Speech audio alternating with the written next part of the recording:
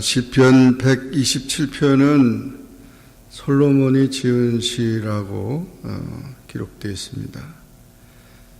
여호와께서 집을 세우지 아니하시면 세우는 자의 수고가 헛되며, 하나님을 의지하지 않고 우리가 세상을 살아가면 모든 것이 헛된다. 여호와께서 성을 지키지 아니하시면 파수꾼의 깨어있음이 헛되도다. 하나님이 나라도 지키지 아니하면 나라를 지키는 파수꾼의 경성함이 헛되도다 그랬습니다. 솔로몬은 전도서에서 세상의 모든 일들이 다 헛되고 헛되도다 그렇게 말했습니다. 그래서 인간의 수고와 노력은 다 헛된 것이다. 물론 인간이 그런 의지와 재능을 통해서 과학이 발전되고 이 세상이 발전되긴 했지만, 그러나 하나님 없는 그런 수고는, 그런 노력은 그 다 모든 것이 헛되도다라는 것입니다. 하나님은 세상을 아름답게 지으셨고 또 인간을 두시고 또한 모든 세상 우주 만물을 아름답게 하셨습니다. 그러나 이 사탄 마귀로 인해서 또 인간의 타락으로 인해서 세상은 더럽혀지고 아름다움은 사라지고 만 것입니다. 그것은 하나님을 떠났기 때문인 것입니다. 하나님의 말씀을 떠나고 하나님의 뜻을 떠나고 하나님의 그 명령을 떠난 타락된 그런 삶 속에서 인간은 헛된 그런 삶을 살게 됐다는 것입니다. 그러므로 우리는 이렇게 너희가 일찍이 일어나고 늦게 누우며 수고의 떡을 먹음이 헛되도다. 그러므로 여호와께서 그의 사랑하신 자에게 잠을 주시는도다. 하나님 안에서 우리가 살아야만 우리가 기초가 든든하다. 굳건한 반석 위에 세워진 집처럼 튼튼한 건축이 되고, 또 뿌리 깊은 나무처럼 우리의 모든 삶이 생명력을 얻고 또 열매를 얻고 또 그렇게 살아간다는 것입니다. 그래서 이렇게 기초가 든든한, 항상 하나님을 신뢰함으로 하나님을 의지함으로 살아가는 우리의 삶이 되어야 된다. 또한 두 번째로 하나님을 의지하는 경영은 과정을 중요시합니다. 성실과 책임을 가지고 과정을 이끌어갑니다. 과정이 좋으면 결과는 자연히 좋아지는 것입니다. 그래서 세상의 모든 논리는 이 결과에 대한 결과지향주의적인 사고방식을 가지고 있는데, 그런 모든 것에서 우리는 과정을 귀하게 여기는 그런 삶을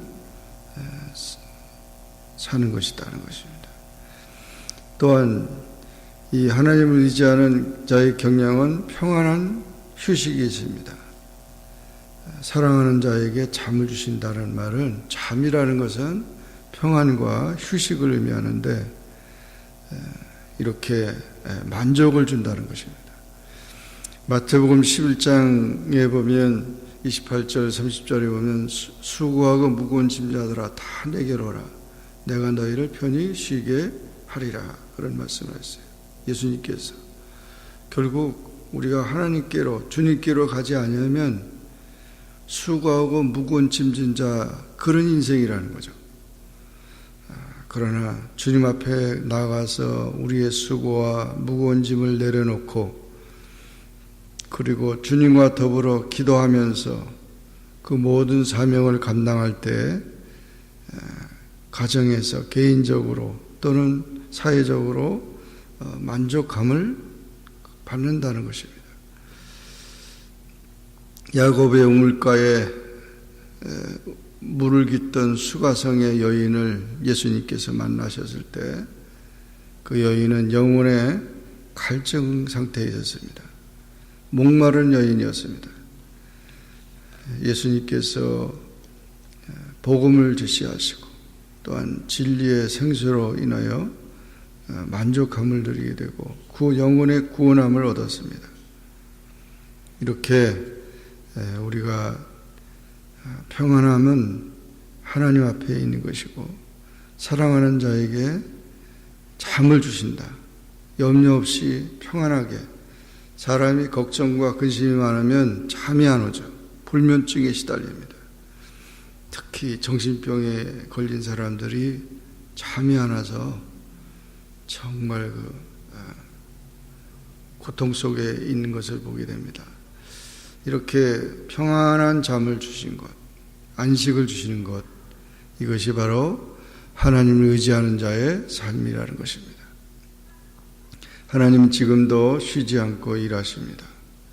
그러므로 자기의 능력이나 자기의 그런 재능을 자기의 뜻대로 사는 것이 아니고 오직 하나님을 신뢰함으로 살아가야 합니다. 모세도 애굽의 왕자였고 실력이 뛰어난 자였지만 이스라엘 민족을 구원할 수 없었습니다. 자기의 모든 실력을 내려놓고 하나님을 의지할 때 하나님께서 불 속에서 하나님을 만나 이스라엘 민족을 구원하게 해야 되는 영적 지도자가 되게 하셨습니다. 사도 바울도 자기의 모든 삶을 다 배설물로 여긴 다음에 그 모든 것들이 나를 구원하는 것이 아니라는 거죠. 오직 하나님의 은혜가 나를 구원하시고 또 하나님의 은혜가 나를 나되게 한다고 고백했습니다. 바벨탑 같이 이렇게 자기의 인간의 노력을 가지고 살아가며 하나님을 앞세우지 않고 항상 나중으로 이렇게 하게다 보면은 우리 인생은 헛된 인생이 되고 만다는 것입니다. 그래서 예수님께서는 너희는 먼저 하나님의 나라와 하나님의 의를 구하라. 그리하면 이 모든 것을 너희에게 더하여 주시리라. 말씀하신 것입니다. 항상 우리가 하나님을 앞세우고 하나님의 은혜 안에서 살고자 하는 그런 결심이 있어야 될 것입니다. 3절부터 5절까지 보면 거기는 자녀에 대한 얘기가 나오고 있습니다. 자식들은 여호와의 기업이요 태의 열매는 그의 상급이로다. 젊은 자의 자식은 장사의 수중에 화살 같고 그 자는 복되고 수치를 당하지 않는다. 자녀는 하나님의 기업이라고 성경은 말하고 있습니다. 사람의 소유나 또는 자기의 소유가 개인의 소유가 아니라 하나님의 소유라는 것이죠. 그래서 하나님 중심으로 자녀를 양육해야 됩니다. 그러므로 이 자녀는 사랑의 열매로 가정에 기쁨을 주고 또 자녀를 통해서 부모는 용기를 얻게 되고 성숙한 자녀는 부모를 지켜줍니다. 부모를 깊이 사랑합니다. 그래서 이렇게 올바로 양육받은 자녀는 복음을 위해 사회를 위해 귀히 쓰는 일꾼이 될 것입니다. 가정은 이웃사랑의 계명이 처음 실행되는 곳입니다. 그러므로 가정에서 부모를 공경하고 또 형제에 우애하며 사는 그 자체가 하나님을 사랑하는 일과 연결되어 있다는 것입니다. 사무엘이나 요셉이나 다윗이나 디모데나 모두 다 가정에서 신앙 안에서 성장되었던 그런 인물들이 나라와 민족과 또 신앙의 영적 지도자로서 귀하게 쓰임을 받았던 것입니다. 우리가 자녀가 얼마나 꿈이 있고 또 소망이 있고 자녀가 귀하다는 사실을 항상 기억해야 합니다. 하나님을 섬긴다고 하면서 자녀를 등한시하는 것은 그런 잘못된 온전한 신앙이 되지 못한 그런 신앙인 것입니다. 가정을 복되게 하고 행복하게 하는 그런 신앙이 되어야 될 것입니다.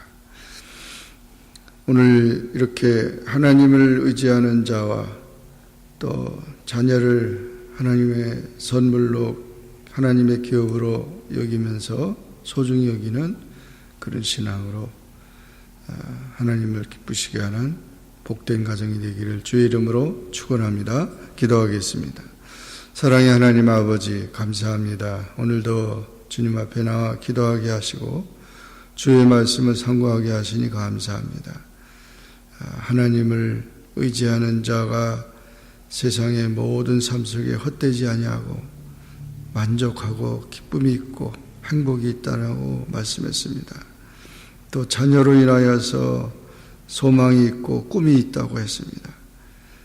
오늘날 모든 세상의 가치관들이 잘못되어서 결혼도 안 하고 자녀도 낳지 않고 온갖 모든 하나님의 뜻을 거스리고 자기 욕심과 자기의 그 만족만을 위해서 살아가는 그런 세상이 되었는데 오직 주의 말씀을 따라서 하나님을 영화롭게 하는 주님의 자녀들이 다 되도록 축복하여 주옵소서.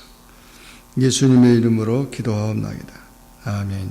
하늘에 계신 우리 아버지여, 이름이 거룩히 여김을 받으시오며 나라에 임하옵시며 뜻이 하늘에서 이룬 것 같이 땅에서도 이루어지이다. 오늘날 우리에게 일용할 양식을 주옵시고 우리가 우리에게 죄진 자를 사하여 준 것 같이 우리 죄를 사하여 주옵시고 우리를 시험에 들게 하지 마옵시고 다만 악에서 구하옵소서.